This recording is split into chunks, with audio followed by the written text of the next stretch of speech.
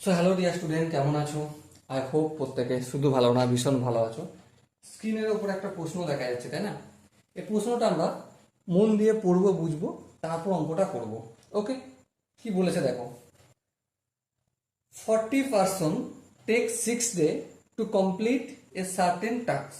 মানে 40 জন ব্যক্তি 6 দিনে একটা কাজের সমস্তটা শেষ করে। Working 10 hours a day. আচ্ছা, প্রতিদিন কাজ করেছে 10 ঘন্টা করে। How many hours a day will be sufficient for 30 person to complete the same task in 10 days। মানে মানে হচ্ছে এটাই যে 40 জন পার্সন, ঠিক আছে, কত দিনে কাজ করে শেষ করেছে? 6 দিনে। কতক্ষণ করে কাজ করেছে? 10 ঘন্টা পার ডে। এই তো গল্প। আর কি আছে দেখো, তাহলে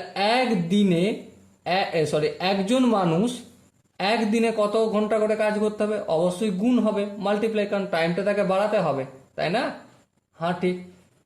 এবারে কি বলেছে দেখো, 30 জন লোক 10 দিনে কাজটা কমপ্লিট করেছে, তাহলে 30 জন, তাহলে একদিনের তুলনায় 30 গুণ লোক লাগছে, একদিনের তুলনায় 10 গুণ টাইম বাড়ছে, তাহলে এখানে কি হয়ে যাবে? ভাগ হবে। হ্যাঁ, ঠিক। তাহলে এই নিচে 30 আর নিচে 10 হলো।